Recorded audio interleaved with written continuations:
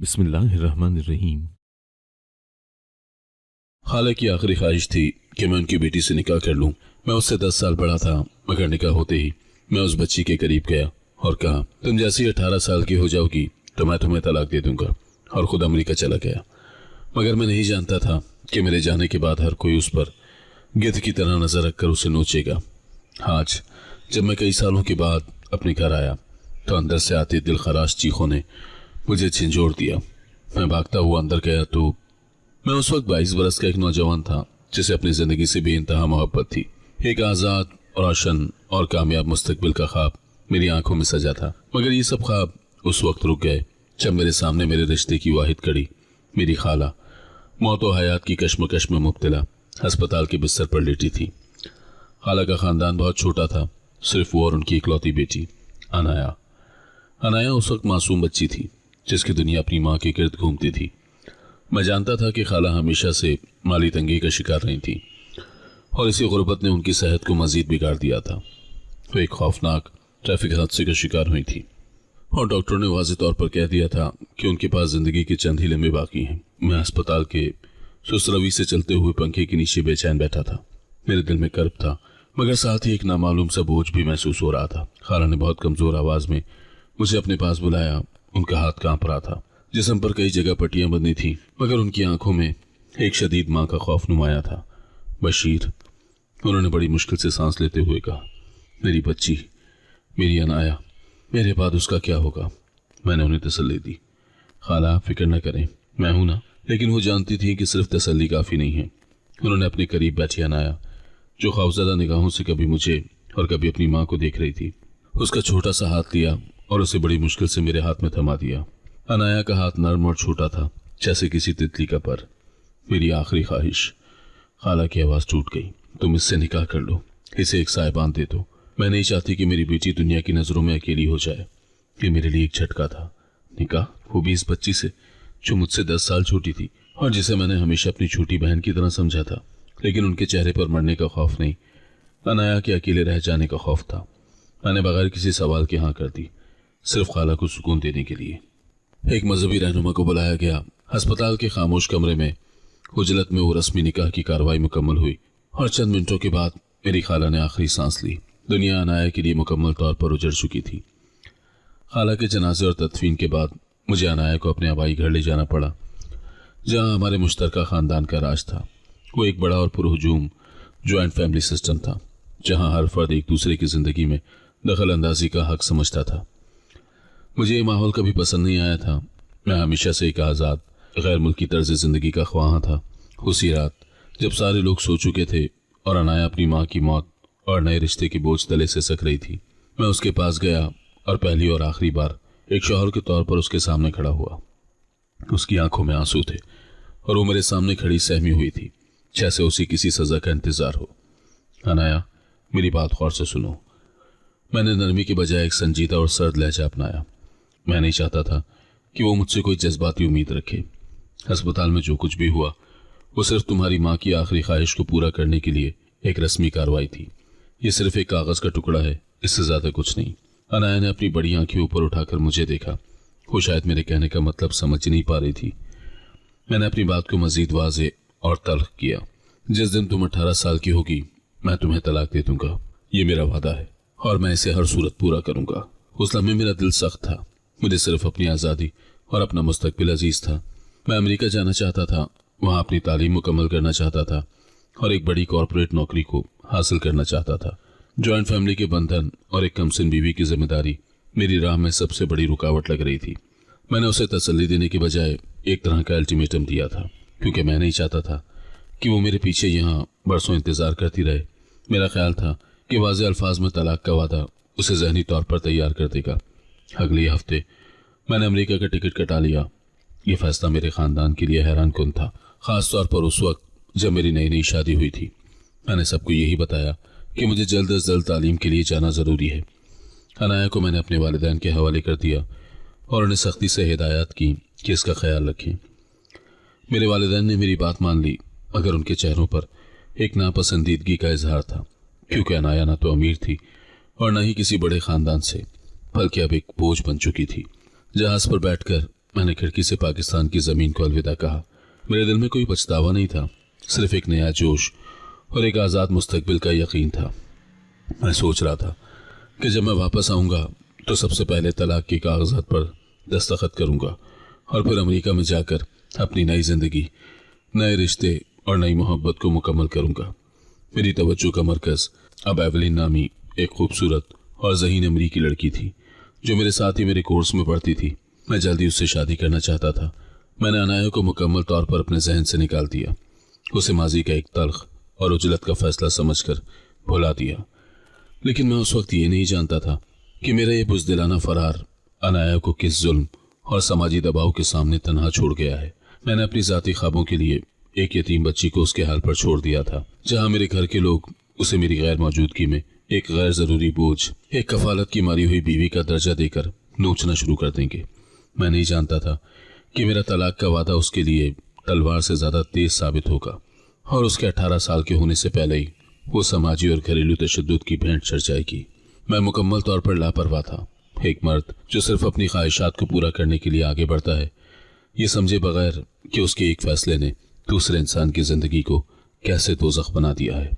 मेरे अमेरिका जाते ही अनाया की जिंदगी में एक सर्द, लर्जा देने वाला मौसम शुरू हुआ।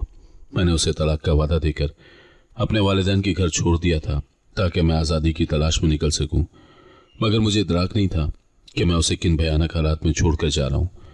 मेरे बड़े और पुरहुजूम घर में, जहां रिश्तों का एक पेचीदा जाल था, अनाया मेरे जाने के बाद एक नापसंदीदा मेहमान बन गई। वो मेरी गैर मौजूदगी में सिर्फ एक यतीम बच्ची नहीं, बल्कि एक ऐसी औरत थी जिसका शौहर उसे तलाक देने का ऐलान करके फरार हो चुका था। समाज ने उसे बेवा नहीं बल्कि मतरूका बीवी का दर्जा दे दिया था। वो बदकिस्मत लड़की जो तलाक के इंतजार में दूसरों के टुकड़ों पर पल रही थी, इस घर की हकीकी क़यादत में मेरी बड़ी बहन ज़ारा के हाथ में थी। ज़ारा जो कुछ साल पहले अपने शौहर से तलाक लेकर आई थी, उसकी नाकाम शादी की तलखी और मायूसी उसके पूरे वजूद में सरायत कर चुकी थी। उसकी ज़िंदगी का सबसे बड़ा मकसद अब यह था कि वो अपनी महरूमियों का गुस्सा दूसरों पर निकाले। अनाया उसके लिए एक आसान हदफ थी, बेसहारा, यतीम और मेरे छोड़े हुए रिश्ते का बोझ। ज़ारा ने अनाया की ज़िंदगी को जहन्नुम बना दिया। उसने सबसे पहले तो माली हिकारत का तीर चलाने शुरू किए। ये मुफ्त की रोटियां तोड़ रही है, वो दिन में कई बार ऊंची आवाज़ में कहती ताकि सब सुने और अनाया को उसकी हैसियत याद रहे। उस गरीब लड़की के पास न जहेज था, न कोई जायदाद, और अभी हमारे सर का दर्द बन गई है।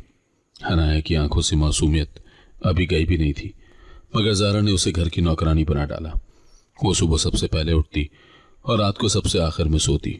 ज़ारा ने उसके खूबसूरत रंगीन कपड़े अलमारी से निकाल कर फेंक दिए और उसे पुराने और फटे हुए कपड़े पहनने पर मजबूर किया।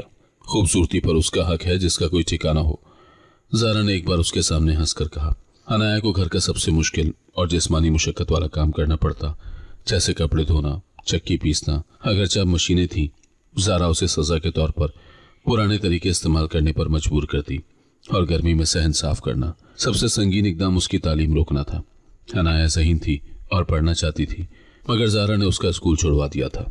इसे पढ़ लिख कर क्या करना है, आखिरकार तो इसे तलाक लेकर नौकरानी ही बनना है।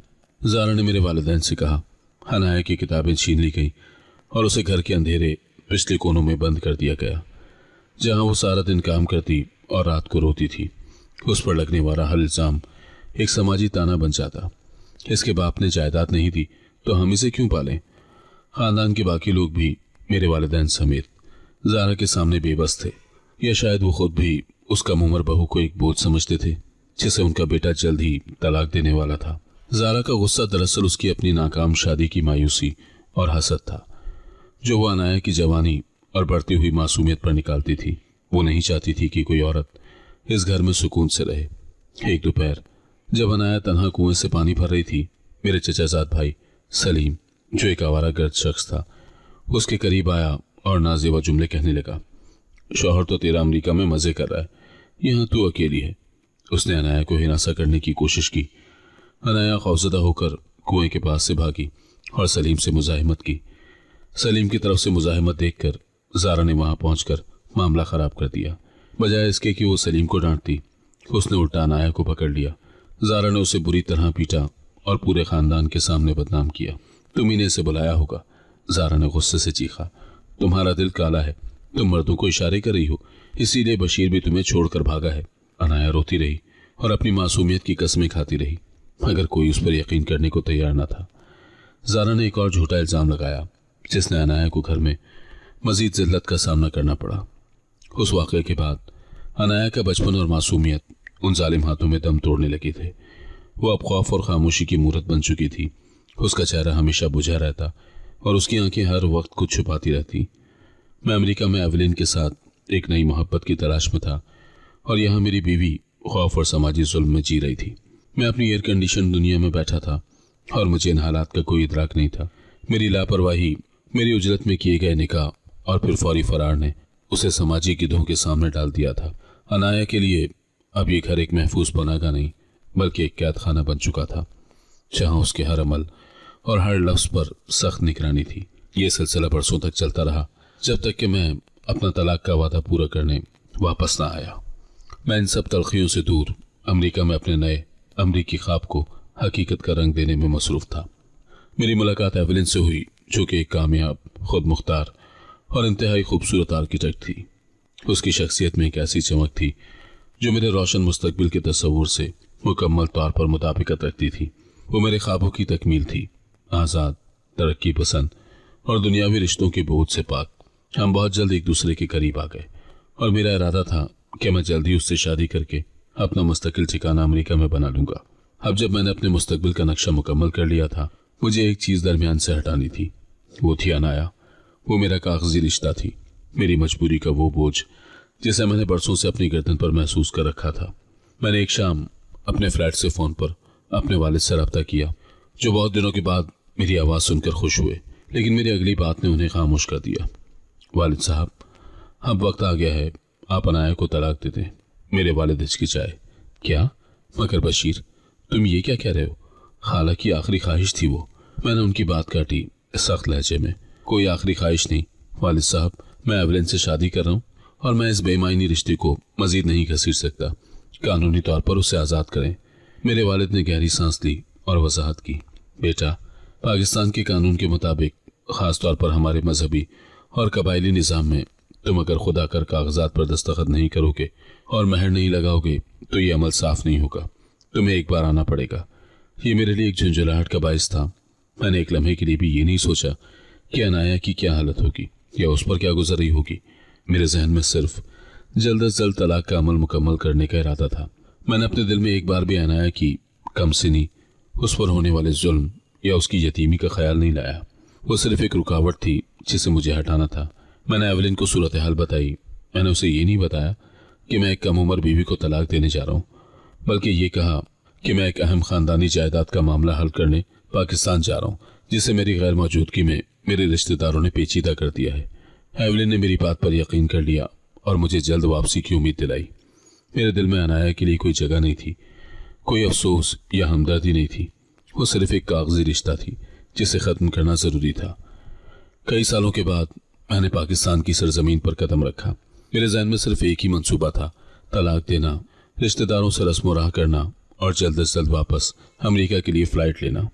एयरपोर्ट से घर तक का सफ़र मुझे आज़ादी की आखिरी सीढ़ी लग रहा था। मैंने टैक्सी ड्राइवर से तेज़ चलने को कहा और मेरे हाथ में एवलिन और दोस्तों के लाए हुए कीमती अमरीकी तोहफे थे, जो मेरे नए दौर की निशानी थे। जब मेरी टैक्सी घर के सामने रुकी तो मैंने किराया अदा किया और घर के दरवाजे की तरफ बढ़ा। मैंने अभी दरवाजे को छुआ ही था कि अंदर से एक शदीद दिलखराश चीख ने मेरे कदम जकड़ लिए। ये कोई आम रोने की आवाज़ नहीं थी, ये खौफ की नहीं, बल्कि शदीद जिस्मानी तकलीफ की आवाज़ थी जिसे सुनकर रूह कांप जाए।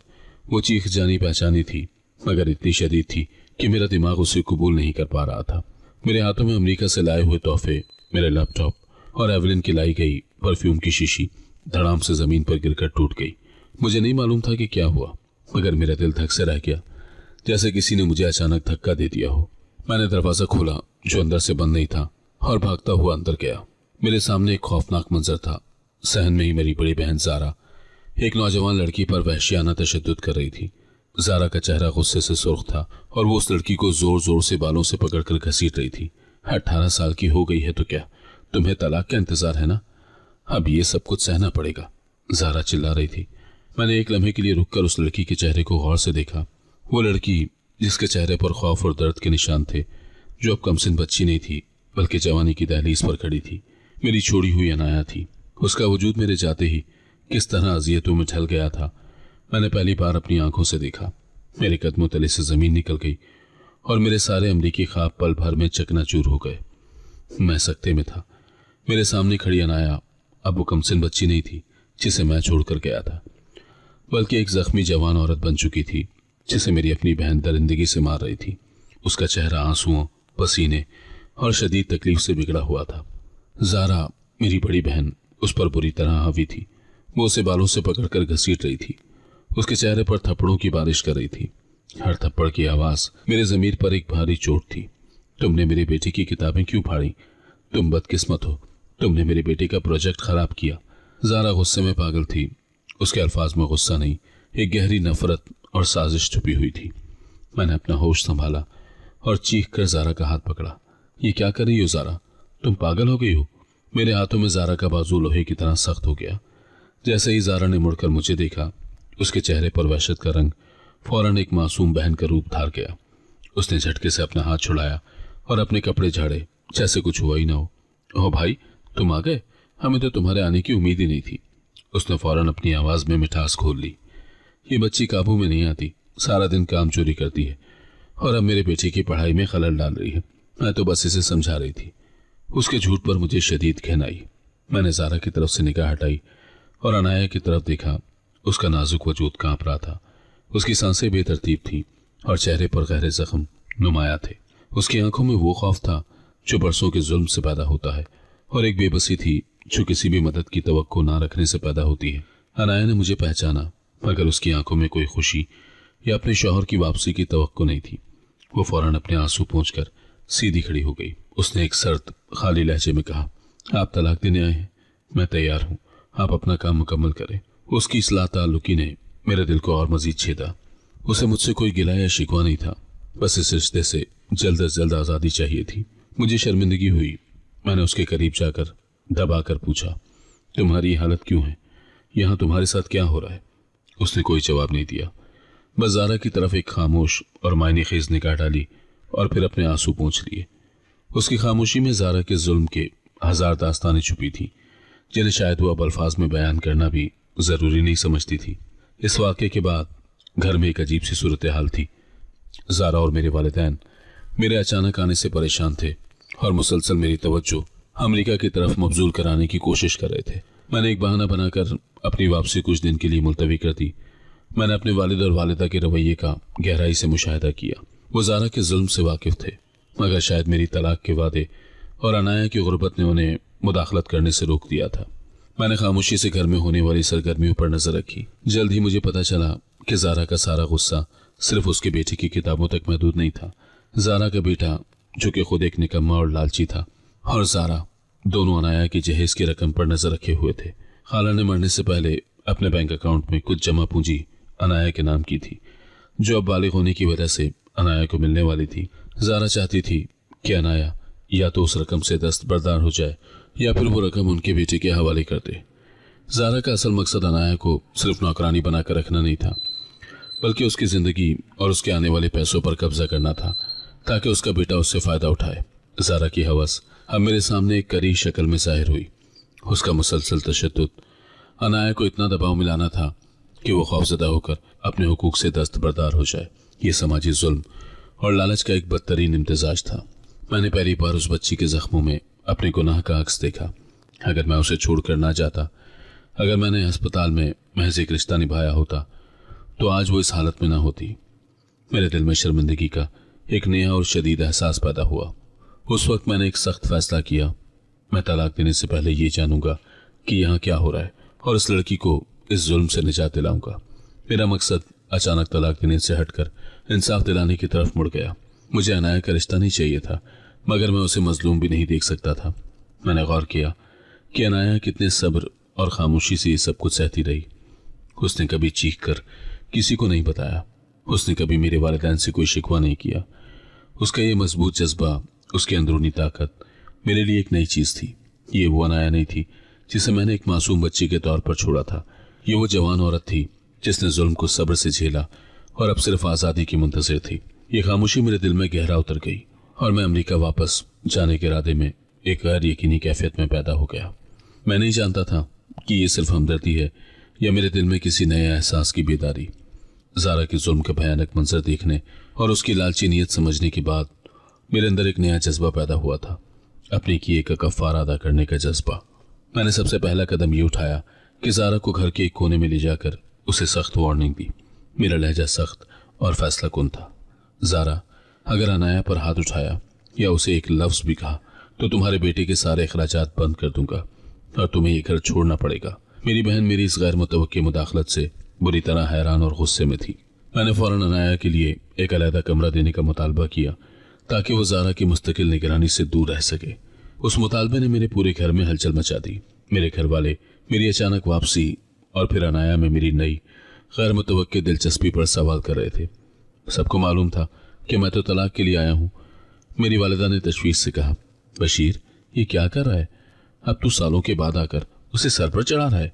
मेरे वालिद ने मुझे तन्हाई में अपने कमरे में बुलाया। उनके चेहरे पर एक उलझन और नाराजगी थी। बशीर बेटा, तुम अमेरिका में क्या सोच रहे थे? क्या तुम वाकई ये समझते हो कि ये लड़की बरसों से तुम्हारा इंतजार कर रही है और अब उसे तुम्हारे रहम पर रहना है? उसके साथ अच्छे बनकर कोई फायदा नहीं होगा। मैंने उनकी आंखों में देखा जहां अपने बेटे के लिए तशवीश और खानदान की बदनामी का खौफ था।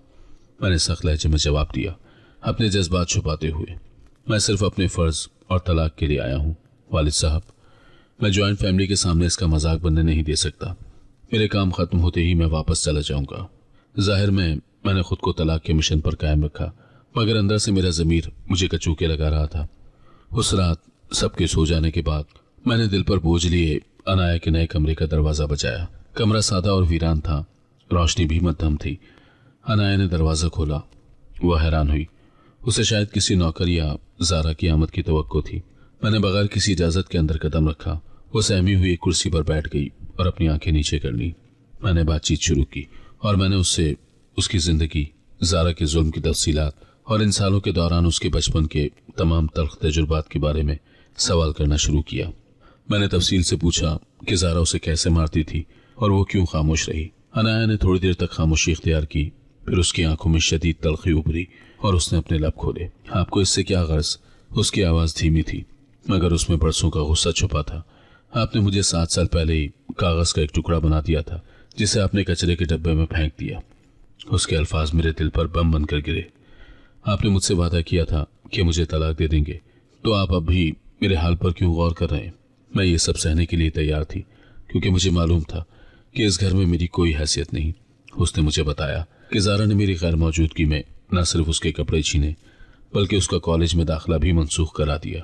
मैंने पढ़कर कुछ बनने का ख्वाब देखा था, मगर ज़ारा ने कहा कि यतीम और मतरूका औरतों का कोई मुस्तकबिल नहीं होता। उसने अपनी शर्ट के बाजू ऊपर किए जहां तशद्दुद के हल्के निशान अब भी मौजूद थे।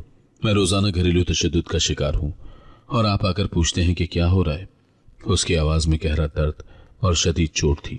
यह सुनकर मेरा ज़मीर मजीद बेदार हुआ। मैंने एक गहरा सांस लिया और फैसला किया कि अब सच बोलना जरूरी है। देखो, मैं तुम्हें ये सच बताता हूँ, मैंने वहां अमेरिका में एक लड़की से शादी का फैसला कर लिया था और मैं इसीलिए आया हूँ कि तुम्हें तलाक दूं और हमेशा के लिए आज़ाद कर दूं।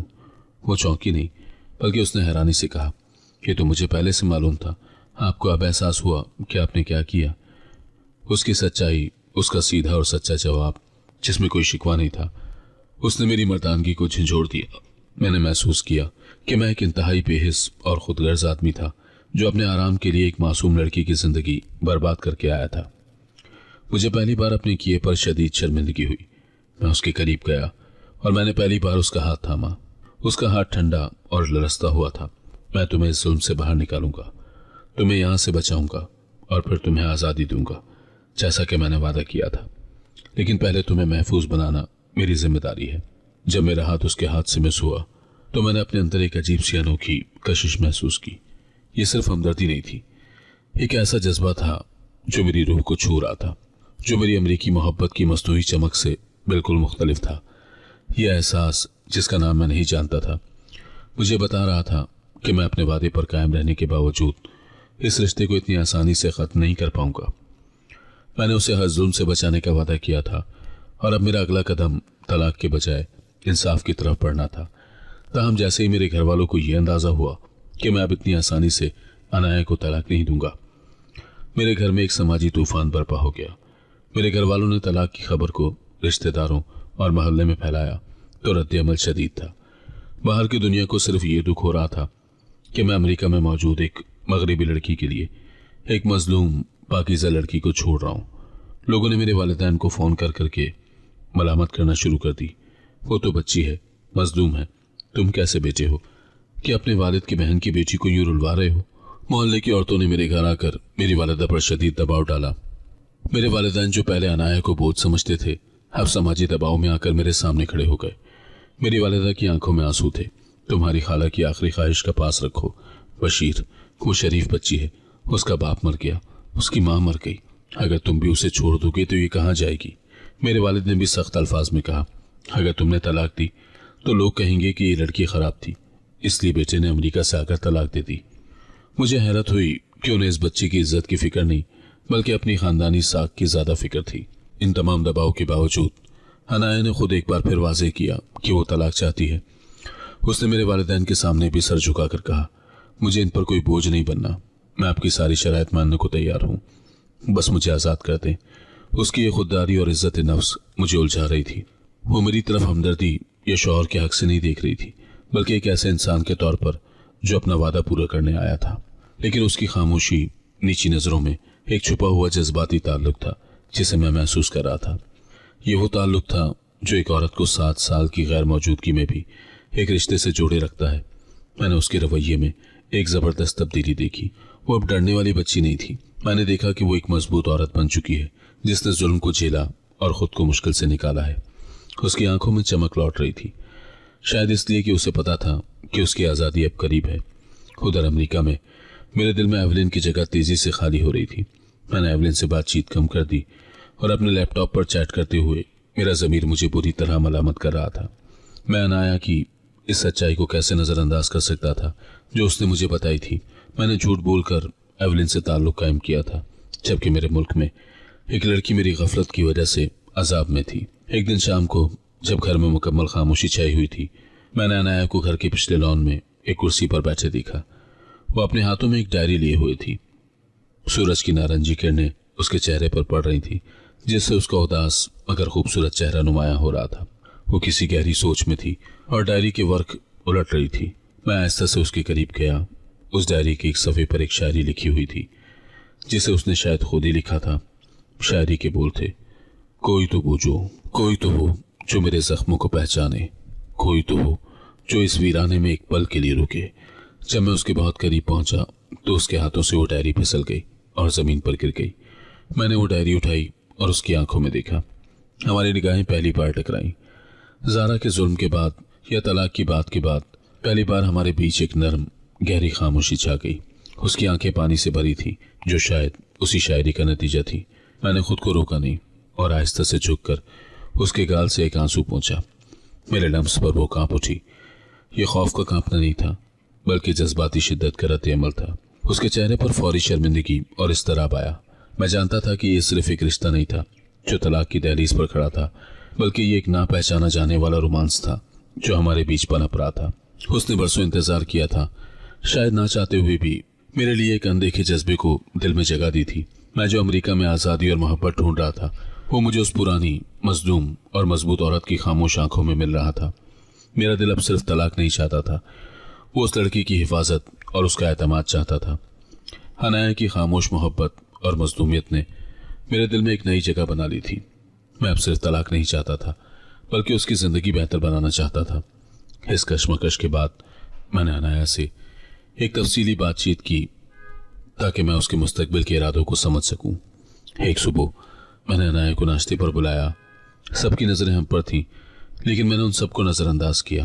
मैंने उससे पूछा, अगर मैं तुम्हें तलाक का वादा पूरा कर दूं तो तुम अपनी ज़िंदगी कैसे गुजारोगी? उसने कोई हिचकिचाहट नहीं की। अब उसकी आवाज़ में मजबूती थी। मुझे आज़ादी चाहिए, एक ऐसी ज़िंदगी जहां मैं किसी पर बोझ न बनूं। वो एक लम्हे के लिए रुकी, फिर फैसला कुन अंदाज में कहा, मैं दोबारा तालीम शुरू करूंगी और अपने लिए एक मकाम बनाऊंगी। मैं अपने पैरों पर खड़ा होना चाहती हूँ, अब मजीद किसी की हमदर्दी या तरस नहीं चाहती। उसकी ये खुदातमादी एक ऐसी लड़की की आवाज़ में जो बरसों से जुल्म सह रही थी मुझे अंदर तक मुतासर कर गई। मैंने महसूस किया कि वो सच में एक मजबूत औरत बन चुकी है, जिसे मेरी हिफाजत से ज्यादा खुद मुख्तारी दरकार थी। मैंने फैसला कर लिया कि मैं अब इसकी मुकम्मल मदद करूंगा, चाहे उसका मतलब एवलिन से रिश्ता तोड़ना ही क्यों ना हो। मैंने सबसे पहले ज़ारा और उसके बेटे के लालची मंसूबे का भांडा फोड़ने का फैसला कर लिया। मैंने एक बहाने से शहर के एक काबिल वकील से रब्ता किया और उसे अपनी खाला की वफात और अनाया के निकाह का तमाम पस मंजर बताया। मैंने उससे खाला की तमाम जायदाद की कागजात और बैंक अकाउंट की तफसीलात निकलवाने का इंतजाम करने की दरख्वास्त की। 3 दिन की शदीद मेहनत और छानबीन के बाद वकील ने मुझे कुछ दस्तावेजात भेजी। उनको पढ़कर मेरी आंखें फटी की फटी रह गई। ये इंकशाफ हुआ कि मेरी खाला ने अनाया के नाम एक खुफिया जायदाद और बैंक अकाउंट में एक माकूल रकम छुपा रखी है, जो उसने बड़ी मेहनत से जमा की थी। ये वो रकम थी जो अनाया को बालिग होने के बाद मिलनी थी। यही वो रकम थी जिस पर ज़ारा और उसका बेटा मुसलसल नजर रखे हुए थे और इसके हुसूल के लिए अनाया पर जुल्म कर रहे थे। ज़ारा ने चालाकी से मेरी वालिदा को गलत इत्तला दी थी कि खाला के पास कुछ नहीं था और वो सिर्फ फकीर थी। इस झूठ की वजह से मेरे वालिदैन भी अनाया को एक बोझ समझते रहे। मैंने एक खानदान की मीटिंग बुलाई और सबके सामने वो दस्तावेजात मेज पर फेंक दी। मैंने चीख कर कहा, तुम सबको लगा कि एक फकीर यतीम लड़की है जिसे हम बोझ समझ रहे हैं, लेकिन देखो ये इसकी मलकियत है। घर वालों के सामने वो दस्तावेजात पेश की, जिससे ज़ारा की असल नीयत बेनकाब हो गई। घर में एक शदीद हंगामा खड़ा हो गया। ज़ारा चीखने लगी और अपने झूठ को छुपाने की कोशिश करने लगी, मगर दस्तावेजात ने उसका साथ नहीं दिया। मेरे वालिदैन शर्मिंदा और हैरान थे। ज़ारा का जुल्म और लालची चेहरा सबके सामने आ गया। मेरे वालिद ने उसे सख्ती से डांटा। अनाया को जायदाद मिलने से न सिर्फ मेरी बल्कि ज़ारा की गुलामी से भी उसकी माली आज़ादी की राह हमवार हो गई। ये न सिर्फ रकम थी बल्कि उसके खुद मुख्तार मुस्तकबिल की जमानत थी। वो हैरत और इत्मीनान से मेरे वालिदैन और ज़ारा को देखती रही। जब सब खामोश हो गए तो अनाया ने एक भरपूर शुक्रगुजारी की निगाह से मुझे देखा। उस निगाह में वो गहराई थी जो किसी भी लफ्ज़, किसी भी शुक्रिया से ज़्यादा गहरी थी। ये पहला मौका था जब मुझे लगा कि मैंने एक शौहर का फ़र्ज अदा किया है, चाहे हमारा रिश्ता रस्मी ही क्यों ना हो। उस रात अनाया ने मेरे कमरे में आकर दरवाज़ा बजाया। वो आहिस्ता से अंदर आई और खामोशी से खड़ी हो गई। मैंने उसे बैठने का इशारा किया। मैं आपका शुक्रिया अदा करने आई हूँ, उसने कहा। आपने मेरे लिए जो किया वो एक शौहर का फ़र्ज था जो आपने इतने साल के बाद पूरा किया है। उसने इस हकीकत का एतराफ़ किया कि मैंने उसकी मदद की, लेकिन फिर भी उसने मुझे एक शौहर के तौर पर मुखातिब किया। अब आप आज़ाद हैं, मैंने नरमी से कहा। मैं कल तलाक के कागजात का बंदोबस्त कर दूंगा। उसने गहरा सांस लिया और उस लम्हे हमारे दरमियान वो तमाम फासला कम हुआ जो सालों की जुदाई, जुल्म और वादों ने पैदा किया था। मैंने पहली बार उसे एक औरत की तरह महसूस किया जो बावकार, समझदार और खूबसूरत थी। उसकी मौजूदगी मेरे दिल में एक ऐसा सुकून पैदा कर रही थी जो मुझे एवलिन या अमेरिका की चकाचौंध में कभी नहीं मिला था। मेरी रूह अब मुकम्मल तौर पर उलझ चुकी थी। मैं वादा पूरा करूं या अपने दिल की सुनूं। अनाया की माली आज़ादी और उसके बावकार रवैये ने मुझे पूरी तरह बदल कर रख दिया था। उसका ये कहना कि मैंने जो कुछ किया वो एक शौहर का फ़र्ज था मेरे दिल में गहराई तक उतर गया था। मुझे ये एहसास हुआ कि मेरा सच्चा घर, मेरा असल रिश्ता अमेरिका में नहीं बल्कि इस मजलूम और अब खुद मुख्तार लड़की के साथ है। उस रात मैंने अपने होश व हवास मुजतमा किए और सबसे पहला कदम उठाया जिसके लिए मैं पाकिस्तान आया था, मगर अब उसका मकसद बदल चुका था। मैंने अपना फ़ोन उठाया और अमेरिका में एवलिन को कॉल की। एवलिन, मैंने गहरी सांस लेकर कहा, मुझे अफसोस है मगर हमारा रिश्ता यहीं ख़त्म होता है। मैंने गलत फैसला किया था। एवलिन हैरान और नाराज़ थी। उसने कई सवाल किए मगर मैंने सच बता दिया।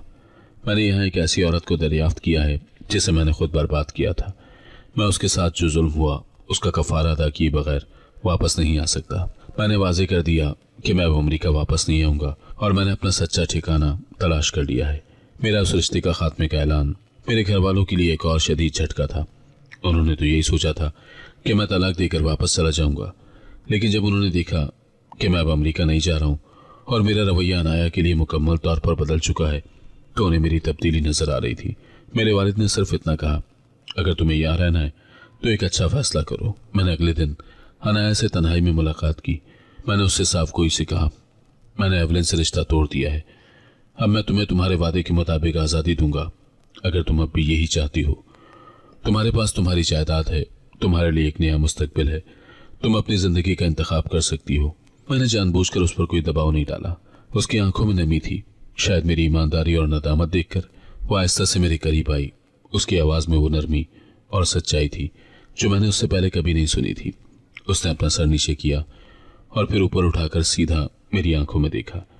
मुझे तलाक नहीं चाहिए, उसने नरमी से कहा। उसका लहजा फासला कुन था। मुझे आप चाहिए।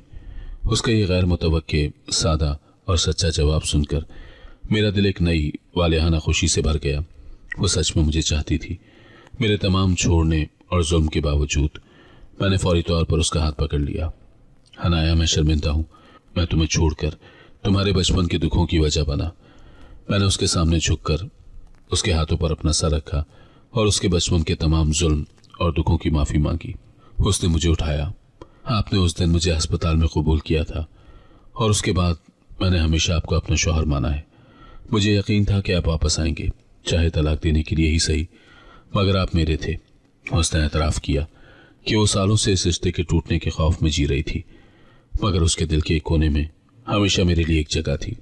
मैंने उसे मजबूती से गले लगा लिया और यह हमारी मोहब्बत का पहला सच्चा, गहरा और पाकीज़ा लम्हा था। एक ऐसा रिश्ता जो जालिम मजबूरी से शुरू होकर तल्ख जुदाई और फिर खालिस मोहब्बत पर ख़त्म हुआ। मैंने उसके कान में सरगोशी की। तुम अब बच्ची नहीं हो अनाया, तुम मेरी जिंदगी हो, मेरी सच्ची रफीक। मैंने उसे यकीन दिलाया कि मैं उसे तमाम दुनियावी दुखों से बचाऊंगा और अब कभी नहीं छोड़ूंगा। मैंने अपने घर वालों के सामने अमेरिका वापस ना जाने का फैसला सुनाया। यह फैसला किसी के लिए भी हैरत अंगेज नहीं था। सबको हमारी मोहब्बत की कहानी की शिद्दत नजर आ चुकी थी। मैंने अनाया के साथ अपने मुल्क में एक नई जिंदगी का आगाज करने का अहद किया। जहां तक ज़ारा की बात थी, उसकी साजिश बेनकाब होने और ख़ानदान के दबाव के बाद उसे अपनी गलतियों का एहसास हुआ। वो शर्मिंदा हुई और अनाया से माफ़ी मांगकर घर छोड़ दिया। वो खुद भी एक तल्ख और नाकाम औरत थी जो शायद अपनी महरूमियों की वजह से दूसरों पर जुल्म कर रही थी। मैंने अपने पैसे का इस्तेमाल किया और अनाया का उसी कॉलेज में दोबारा दाखिला करवाया जहां ज़ारा ने उसे जाने से रोक दिया था। मैंने उसे हर तरह से सपोर्ट किया कि वो अपने ख्वाब पूरे करे। हम दोनों ने मिलकर एक मजबूत खानदान की बुनियाद रखी जो अब सिर्फ रिश्ता नहीं था बल्कि सच्ची मोहब्बत और एतमाद पर मबनी था। मैंने अपनी नाम नेहाद आज़ादी की तलाश में जो मुझे अमेरिका में मिलनी थी, अनाया में अपनी सच्ची मोहब्बत और अपना असली घर पा लिया था। जो रिश्ता खाला की आखिरी ख्वाहिश से शुरू हुआ था, वो मेरे लिए जिंदगी की सबसे बड़ी नेमत बन गया। अगर आपको आज की कहानी पसंद आई है तो वीडियो को जरूर लाइक कीजिएगा और अपने दोस्तों के साथ भी शेयर कीजिएगा। और हाँ, अगर आपने अभी तक हमारा चैनल सब्सक्राइब नहीं किया तो जरूर सब्सक्राइब करें। मिलते हैं कल एक नई और दिलचस्प कहानी के साथ। अल्लाह हाफिज।